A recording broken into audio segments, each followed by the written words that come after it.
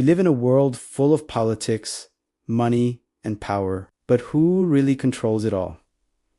The answer may surprise you. The easiest and most obvious answer would be to point to the presidents and prime ministers of our countries. The kings and queens of our kingdoms, the parliaments that make our laws. They are the ones we elect or appoint to represent us and run our world. Surely they have the most power, right? Wrong.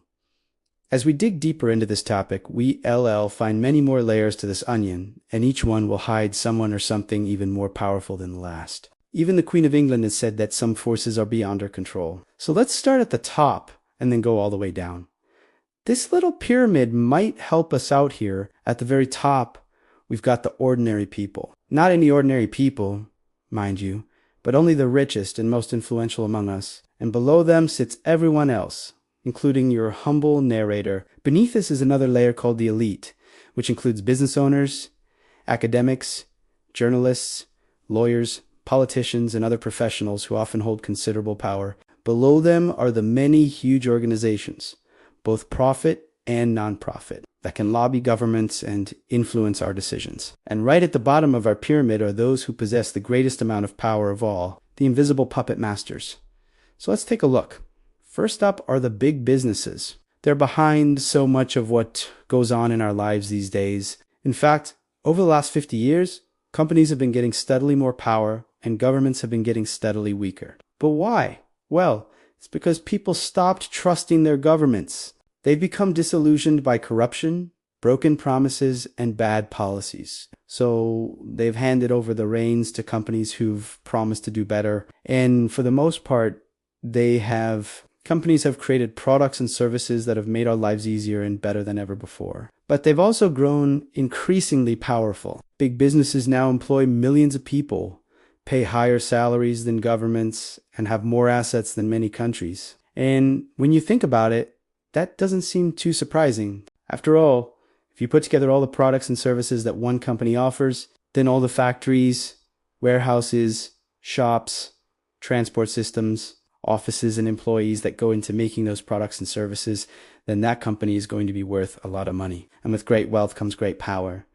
But there are even greater forces at work here. What about the banks? Money is the oil that keeps the engine of commerce running, and the banks are the ones who provide most of it. They decide who gets loans, who pays what interest, who gets investments, and who doesn't. And in recent times, they've become more powerful than ever before.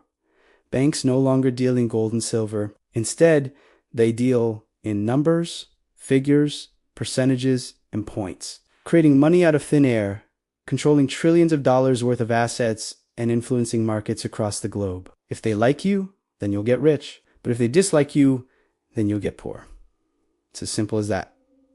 What about the military? People say that absolute power corrupts absolutely, and surely nothing is more powerful than being able to destroy entire cities and countries with the push of a button. Military organizations spend billions of dollars every year on developing weapons of war, not to mention the countless hours spent on training soldiers and planning attacks. While peace seems like a noble goal, war is actually a business. It employs thousands of people, brings in billions of dollars, and helps companies to expand their operations. That's why certain countries and organizations are so keen on keeping the world perpetually at war. And to some extent, we all benefit from this too. A country needs to defend itself from attack, to protect its citizens, and to further its interests abroad. A military is needed to do this, but it's not enough to have just a strong army, navy, and air force. You also need a strong intelligence network. Secret services gather information, analyze data, run operations, and take out targets. Their goals are hidden from the public eye, their methods are often brutal, and their influence is far-reaching. We can see the effects of their work in the news every day. Wars start and end. Leaders rise and fall, and conflicts flare up around the world. And yet we still don't know who's pulling the strings behind it all. Even the biggest military organizations need to keep one eye on their competition. They must watch out for new technologies that could give someone else the upper hand, such as faster planes, more powerful weapons, and smarter robots. Research organizations dedicate themselves to developing new innovations that will give their country the edge it needs to stay ahead of the pack. While the results can be terrifying, they can also be hugely beneficial. Thanks to these efforts, we've got things like the internet, smartphones, vaccines, self-driving cars and spacecraft capable of taking humans to distant planets. Now, it's no secret that companies and countries use technology to gather information about their customers and citizens. But what about religion? Churches, mosques, and other places of worship play a huge role in shaping how we think and behave. They own huge tracts of land, employ thousands of people, and have enormous influence over how we think. But in modern times, the role of religion in our lives has changed. It's become more of a personal choice rather than something that's dictated by society. And this has led to a decline in the power of organized religion. Still, there are many different groups, cults, and sects that have huge amounts of power over their followers. And finally, let's talk about how all of this is controlled. Everything we see and hear is carefully crafted to convince us that we're free. We have elections where we can choose our leaders. We have courts that can protect our rights. And we have police that can keep us safe. But how do we know that these institutions are working for us and not against us? Well, they wouldn't be possible without the people who run them. Judges, lawyers, policemen, and politicians are trained to uphold the law and protect our freedoms. But who trains them? How do we know they're doing their jobs properly? And who decides what laws we have in the first place? If you think about it, these questions don't have any easy answers. It's almost impossible to imagine a world without schools and universities. After all, they're responsible for educating our children and teaching them how to be good, productive members of society. But did you know that the education system also serves another important purpose? It's designed to keep people from thinking too deeply about politics, money, and power. School teachers aren't allowed to talk about politics in class. They're not paid enough to risk their jobs by asking difficult questions. And most importantly,